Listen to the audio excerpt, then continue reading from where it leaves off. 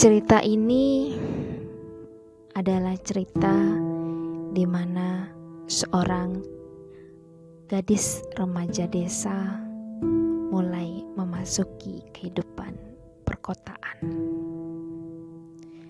Remaja kecil itu mulai memasuki kehidupan perkotaan dan menempuh pendidikan di sana.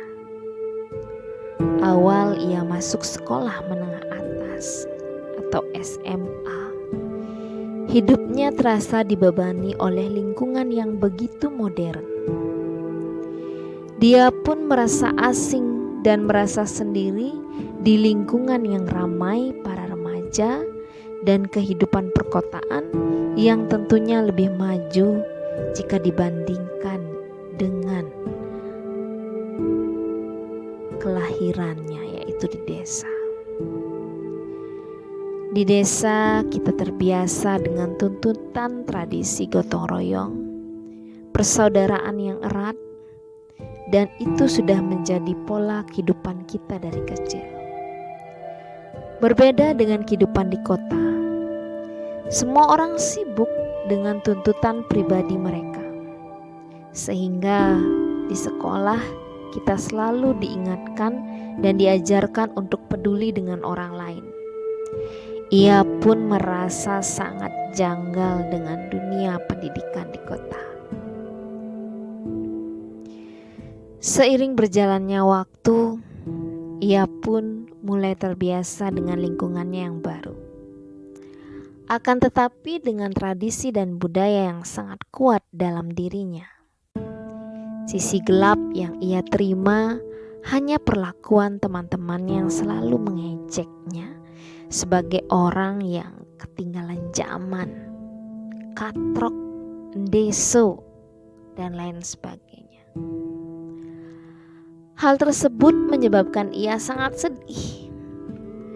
Namun ketika ia berusaha menerima hal-hal yang baru, misalkan dari hal yang kecil yaitu mengubah penampilannya, hati kecilnya yang menolak dan ia pun merasa tidak nyaman dengan hal tersebut.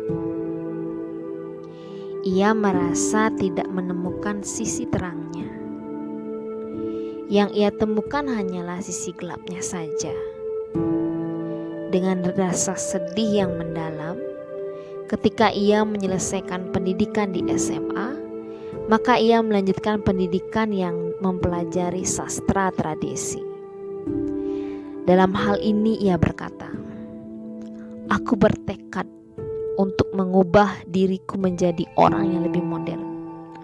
Namun kenapa aku kembali pada sesuatu yang sudah ditinggalkan, dilupakan, atau mungkin dicampakkan?"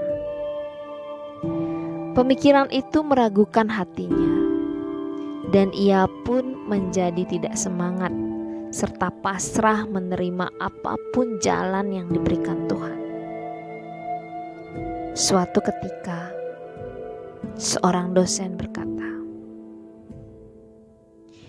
"Janganlah engkau menyesali pilihanmu untuk duduk di sini dan menerima materi perkuliahan dariku. Karena ini adalah awal dari kesuksesanmu.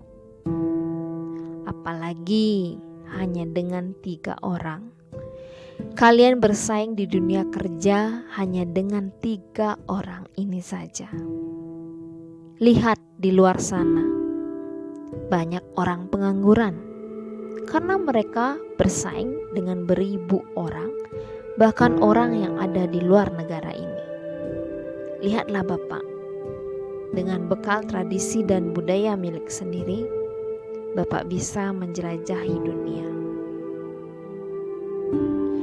Remaja desa yang kini tumbuh dewasa bangun dari keterpurukan dan membuktikan apa yang dikatakan dosen pengajarnya.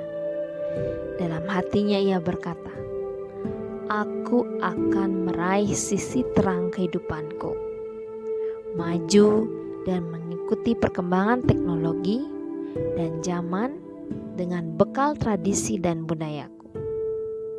Ia pun terinspirasi untuk membawa segala sesuatu dari warisan leluhurnya digiring dan dikemas mengikuti perkembangan dunia ini. Apa yang terjadi? Banyak orang-orang, bahkan orang di seluruh dunia, memberi penilaian serta penghargaan karya-karya tulisannya yang hanya menggunakan daun lontar. Dan ia berharap kelak ia bisa seperti dosen pengajarnya, dapat berjalan-jalan keliling dunia. Dari cerita ini, Tuhan mengingatkan bahwa kita harus selalu percaya dengan kemampuan diri sendiri, percaya akan diri kita sendiri, dan jangan pernah memaksakan ataupun berusaha mengubah yang bukan memang dirimu, atau menjadi orang lain yang bukan memang sepenuhnya jiwamu.